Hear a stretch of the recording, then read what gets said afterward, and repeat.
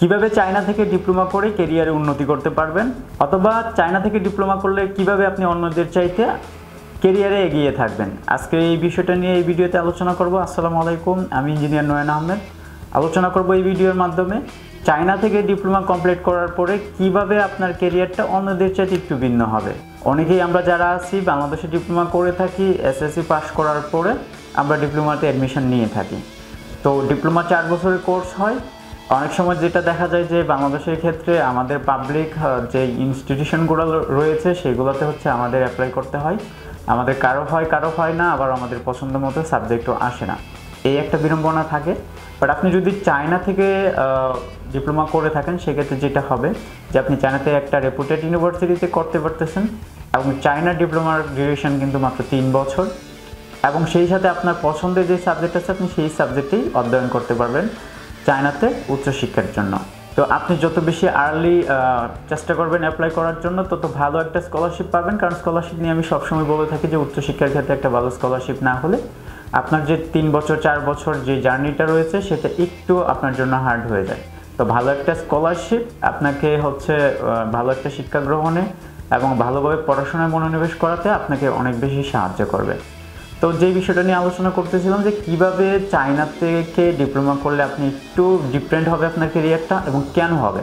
আমি যদি প্রথমেই বলি কেন হবে সেটার দিকে যদি আসি, ভাষাগত একটা দিক রয়েছে, টেকনোলজির একটা দিক রয়েছে, এবং অ্যাক্টিভনেস স্টাডির একটা দিক রয়েছে। আমি এই বিষয়গুলো একটু আলোচনা করব সংক্ষিপ্ত।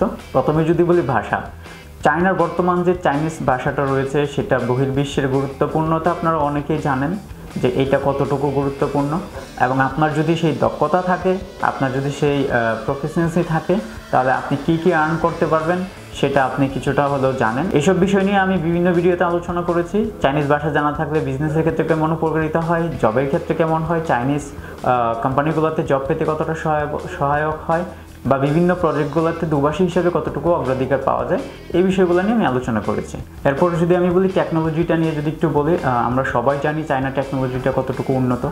তো চায়নাতে যেটা হয় যে হাতে কলমে শিক্ষাটা একটু বেশি পাওয়া যায়। আপনি যখনই যে কোনো কোর্স করতেছেন বা যে কোনো প্রোগ্রামে অ্যাডমিট আছেন, আপনি বেশি প্র্যাকটিক্যালগুলো করতে পারবেন। টিচাররা খুব বেশি অ্যাক্টিভ, এবং তাদের বিশ্ববিদ্যালয়গুলোতে সরঞ্জামের কোনো অভাব থাকবে না, কমতি থাকবে না। যে সাবজেক্টেই এন্ট্রি দেন না কেন, প্রত্যেকটা প্র্যাকটিক্যাল করার জন্য যে ইকুইপমেন্টের প্রয়োজন প্রত্যেকটা পরিপূর্ণভাবে রয়েছে। এমন না যে আপনাকে একটা ইকুইপমেন্ট দিয়ে 10 জন মিলে করতে হবে। চায়নাতে প্রত্যেকটা ইউনিভার্সিটিতে একজন স্টুডেন্টের জন্য একটা করে ইকুইপমেন্ট রয়েছে প্র্যাকটিক্যাল করার জন্য। তো সেই দিক থেকে আপনি অনেক বেশি এগিয়ে যাবেন।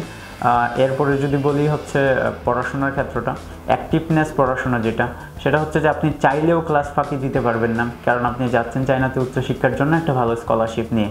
স্কলারশিপে কিছু কন্ডিশন থাকে, তার মধ্যে একটা নিয়মিত অ্যাটেন্ডেন্স বা নিয়মিত ক্লাস। তো আপনি প্রত্যেকটা ক্লাসে আপনাকে অ্যাটেন্ড করতে হবে। আপনি কোনোভাবেই সেই ক্লাসে অ্যাটেন্ড করবেন না এরকম সুযোগ আপনি পাবেনই না, আপনাকে অ্যাটেন্ড করতে হচ্ছে। যেহেতু আপনি প্রত্যেকটা ক্লাসে অ্যাটেন্ড করছেন, তো যেই শিক্ষাটা সবার জন্য রয়েছে, যে শিক্ষাটা সবাইকে দিচ্ছে, আপনার সেটা মিস হওয়ার কোনো সম্ভাবনা নেই। আপনি প্রপার সেই গাইডনেসটা পাচ্ছেন, প্রপার সেই শিক্ষাটা পাচ্ছেন, এবং টিচাররা খুবই হেল্পফুল। তো আপনি যখন টেকনোলজি ঠিকঠাক মতো শিখবেন, আপনি যখন প্র্যাকটিক্যালটা ভালো করে করবেন, আপনি যখন ভাষাটা ভালো করে শিখবেন এবং প্রত্যেকটা ক্লাস খুব অ্যাক্টিভলি করবেন, টিচারদের কাছ থেকে সব কিছু জেনে নিতে পারবেন, তখন দেখা যায় যে আপনার যে টোটাল লার্নিং সেটা কিন্তু প্রপার হয়। আর প্রপার হওয়ার কারণেই কিন্তু আপনার মধ্যে কিছু ক্রিয়েট হয়, যেটা অনেকেই আমরা অনেক সময় করতে পারি না, বা যেভাবেই হোক, অলসতাই হোক, বা একটু সুযোগ পেলে আমরা ক্লাসে যাই না, বা একটু ফাঁকিঝুঁকি করি। তো সেইখানে এই বিষয়টা নেই।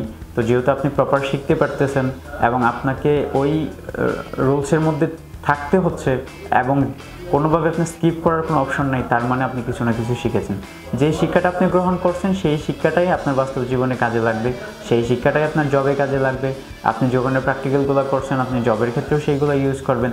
তো তখনই আপনার কেরিয়ারটা একটু ডিফারেন্ট হয়ে যাচ্ছে, কারণ আপনি কিছুটা হলেও আর্ন করছেন, কিছুটা হলেও শিখছেন।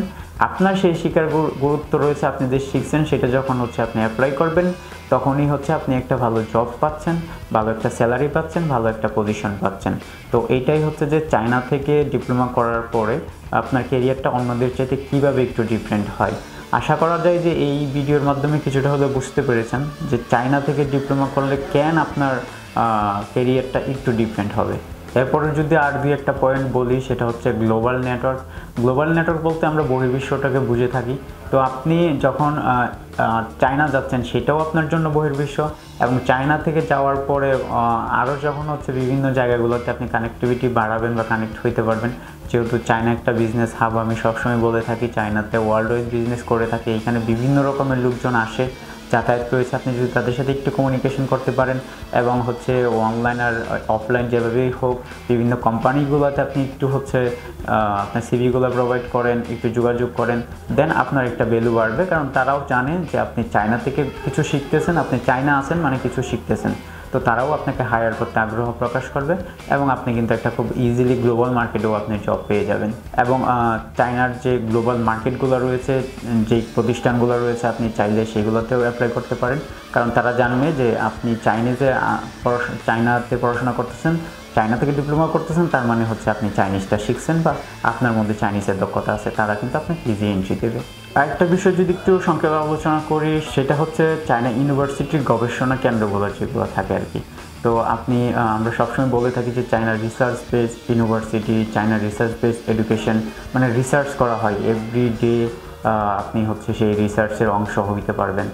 কারণ টিচাররা সেগুলা তাদের প্রযুক্তির সাথে তাল মিলিয়ে, বহির্বিশ্বের সাথে তাল মিলিয়ে তারা সবসময় হচ্ছে রিসার্চ করে থাকে এবং তারা বিভিন্ন কিছু আবিষ্কার করে থাকে। তো আপনি যদি কোনো টিচারের সাথে থেকে কাজ করতে পারেন তাহলে আপনিও সেই রিসার্চের অংশ হতে পারেন, এটা আপনার জন্য অনেক বেশি বেনিফিশিয়াল হবে।